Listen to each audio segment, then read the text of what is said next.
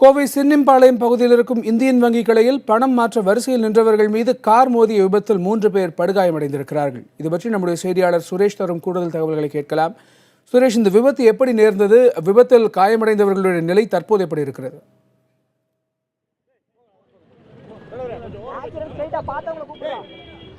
கணேஷ், இப்போ வழக்கமாக 500 ரூபாய் 1000 ரூபாய் பழைய நோட்டுகளை மாற்றுவதற்காக அனைத்து வங்கிகளிலும் அதிகப்படியான கூட்டம் நிலவுவதை நாம் பார்த்து கொண்டிருக்கிறோம்.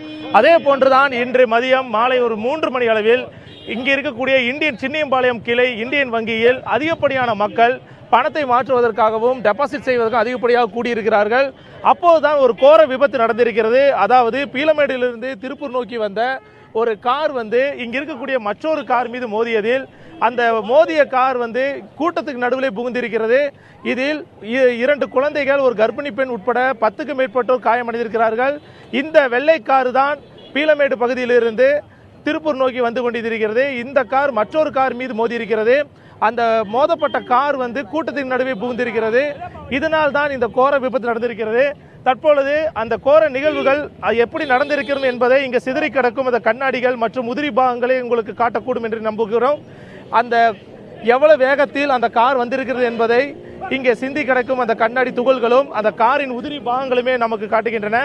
இதில் ஒரு முதல்கட்ட தகவல் என்ன வந்திருக்கிறது என்றால், அந்த காரை ஓட்டி வந்த பீளமேடை சேர்ந்த அந்த சிறுவனுக்கு அதாவது லைசன்ஸ் இல்லை என்று கூறப்படுகிறது. அவர் எவ்வாறு அந்த காரை எடுத்து வந்தார் என்பது குறித்தெல்லாம் தற்பொழுது காவல்துறையினர் தீவிர விசாரணை மேற்கொண்டிருக்காங்க. இப்போ இந்த சம்பவத்தை நேரில் பார்த்தவர்களிடம் கேட்கலாம்.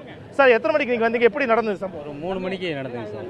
3 மணிக்கு நடந்ததுன்னா எல்லாம் நாங்கள் இங்கே உள்ள பணம் கட்டுறதுக்கு நின்று இருந்தோம். கரெக்டாக அப்போ தான் உள்ள அவங்க சாப்பாடு டைம் முடிஞ்சு உள்ளே அனுப்பிச்சாங்க.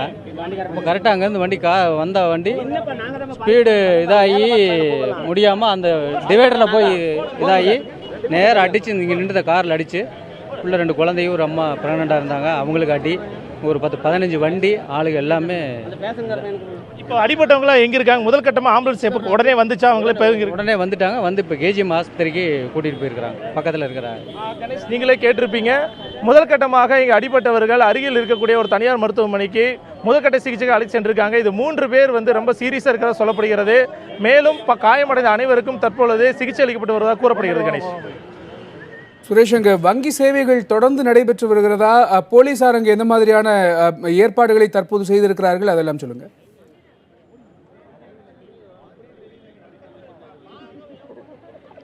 தற்பொழுது இப்போ வங்கி சேவை என்பது இப்போ தற்காலிகமாக மூடப்பட்டிருக்கிறது. ஏன்னா அதிகப்படியான கூட்டம் இங்கே நடந்ததால் இந்த இந்தியன் வங்கியோட நுழைவாயில நீங்கள் பார்க்குறீங்க, அந்த நுழைவாயில மூடியிருக்காங்க.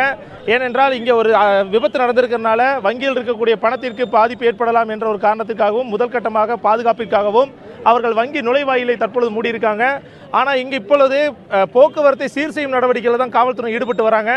ஏன்னா இது கோவையிலிருந்து திருப்பூர் செல்லக்கூடிய அவினாசியுடைய பிரதான சாலையாக இருப்பதால், மெயின் ரோடாக இருப்பதால் இங்கே வரக்கூடிய பிற வாகனங்கள் இங்கே தேக்கமடையாமல் சீராக செல்லும்படி இப்போ போக்குவரத்து சீர் செய்யும் நடவடிக்கையில் ஈடுபடுறாங்க. அது நேரடி நீங்களே பார்க்கலாம்.